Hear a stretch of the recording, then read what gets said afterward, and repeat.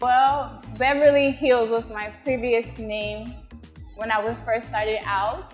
And then as I grew mature and I found my sound in music, I switched it to Beverly O because I have that O factor. You can even ask my parents. Ever since I was a little girl, they always saw me watching Whitney Houston, VHS, the best of Whitney Houston. And I always envisioned myself to be her. So I would grab like a toothbrush or something and be mimicking her in the mirror. And I always felt like, man, I wish I could be that. I want to be on TV. I want to be a singer, you know. So I always had that fire. I always had that interest in entertainment and performing.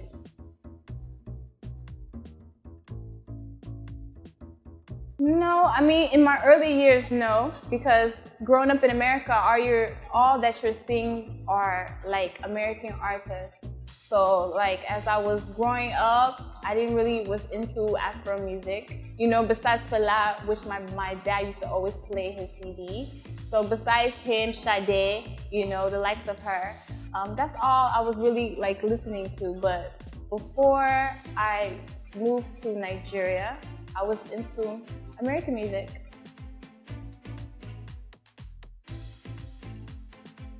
Okay, it was 2011. I did my first Afrobeat song. It was titled Biko Putanuzo, and I recorded the song in Houston with a producer named Eno Will. So, you know, we did that song. It was my first Afrobeat song. That was back in 2011. Then I took a break, and it's with the wave of what the guys are doing. You know, that Ghana kind of feel, that slow, that catch, you hear the beat kind of flow song. You know. I was thinking to myself, like, why is this industry a male-dominated industry? So I was thinking, what are the girls doing or lacking that makes them not to be at the top with the guys? You know, so I just really researched all the guy songs, the top songs, like, okay, let me see. I think I can do this kind of beat, still have a posh, but add some lamba into it to catch the tough, the street kind of flow, and then put it together and make a song that really shows who I am.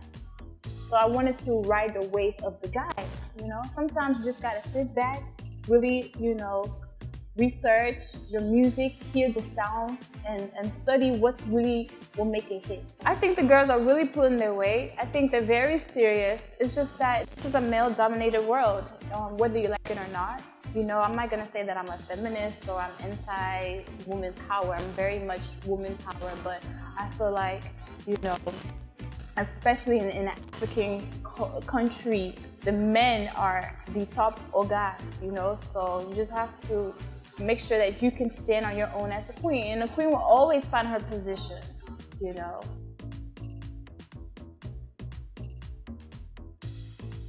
Oh my gosh, it has, because, you know, they pretend like they know what you're saying, and they're like, and then do the complete opposite of what you ask them to do. So you're like, oh God, okay, let me talk slow, or let me try to add some pidgin words into it to make the communication between myself and the person easier.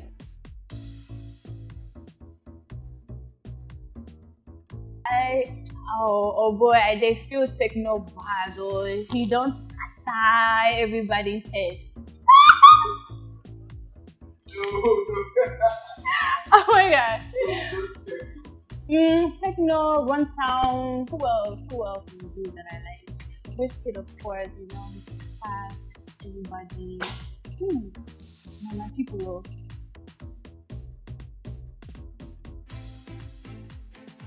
My full name is Beverly Chioma Ekutosalam. Okay. I don't tell nobody my name is Ekutosalam, so I'm so fucking mad that, excuse me, I'm so mad that I just mentioned that to the world. It's a lot of process to change your name in this state. Money too, so I just left it, but I'm gonna change it because, ew, I don't look like an Eku. No, shout out to everybody's name that's that, but for me, I know like I'm a...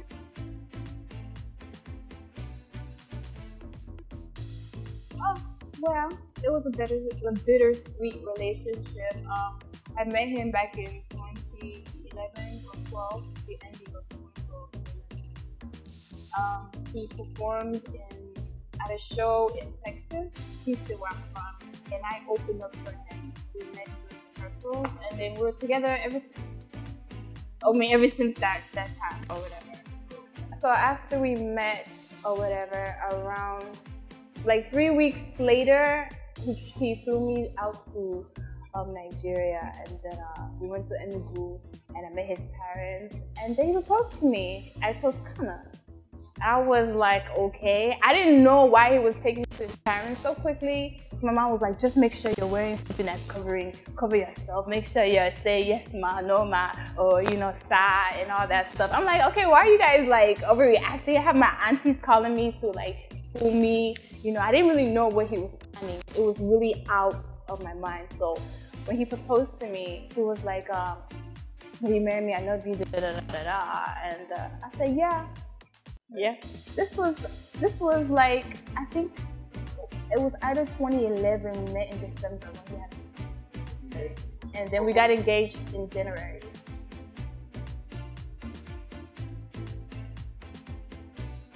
That was probably one of the issues that allowed extra noise to come in. It was the distance. Although I traveled everywhere with him, he took me everywhere I met with him. We tried to spend as much time together, but these Nigerian girls, if they have a plan, they're gonna go through with it. And I felt like he used to warn me, like, you need to move back to him. I didn't understand why he was saying such things, but now I see why he was saying it.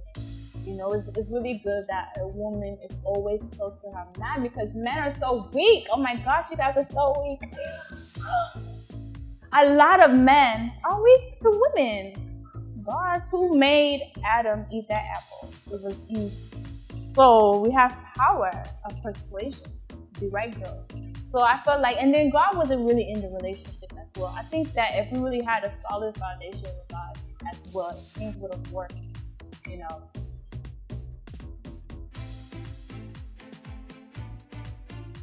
He said that I should stop the music career because it can't really basically work if there's two sides in the relationship. At that time I met Flavour, I was really kind of a rebel. And when I met him, he actually like calmed me all the way down, asked my whole family. I was a butterfly, you couldn't really just keep me somewhere. I needed to be everywhere.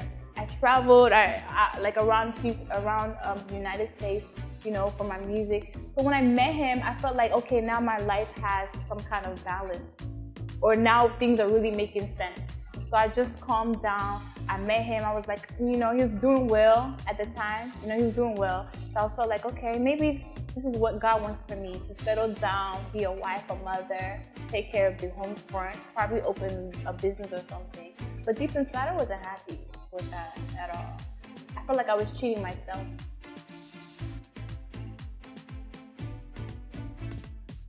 It didn't work because of lies, deceit. I felt like we both made mistakes, so I'm not just gonna push it all on him. But I felt like, especially with the women getting them pregnant, was just the ultimate hell no.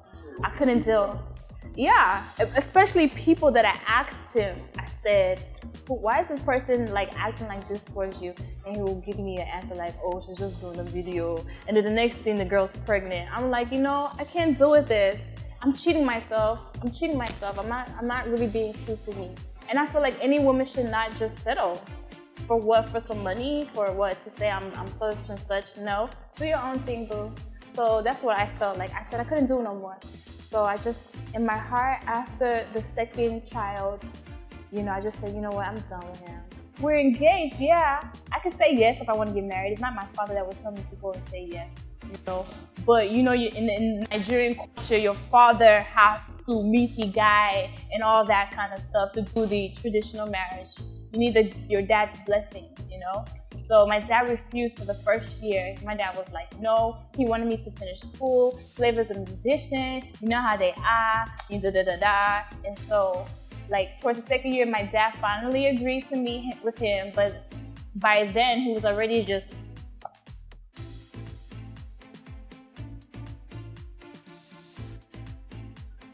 Well, I mean, I felt like at that time I was younger, and you know, I was like in love, and I felt like, okay, maybe this is what I need to do.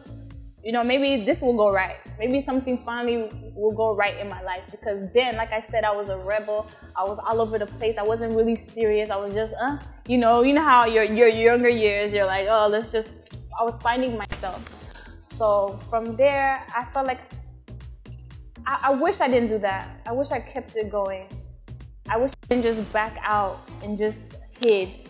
I wish I just would have kept my dream, because if a man loves you, no matter what you want to do, he will agree to it, because he will love what you love. You guys can compromise, have some boundaries, yeah, but he shouldn't just tell you you can't do this because there can be two stars. It's not your God. And once you make a man over your life that's a God, then God's gonna, you know, take him away. And so you have to do that plan that God gave you to do. I don't regret anything. Like I said, I was kind of a rebel at that time, and he calmed me down. Even going to church more, even trying to really prepare myself to be a wife.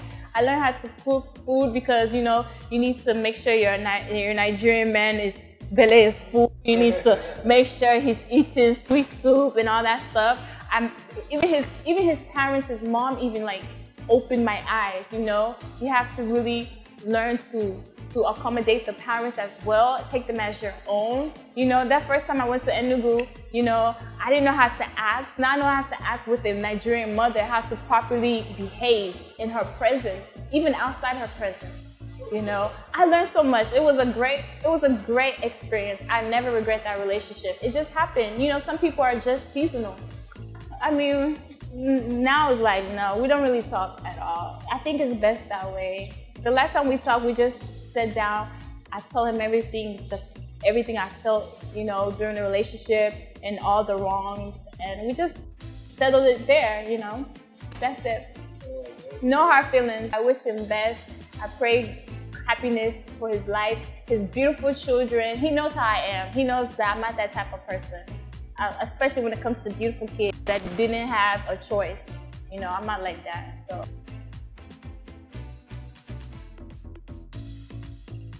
Abuse can be mental abuse. It's not just physically beating somebody. You can beat somebody up with your words. You can make them feel small, even to the point that they want to kill themselves. So domestic violence is just not limited to physical violence, but it's also mental violence. And I don't believe that a man should beat a woman. Never. You know, I don't feel like any woman should be beaten. I feel like people should really just learn how to talk. And even if the person doesn't want to listen, then go you guys in separate ways. But not like you're beating. I never experienced that, and I pray I never will. God forbid.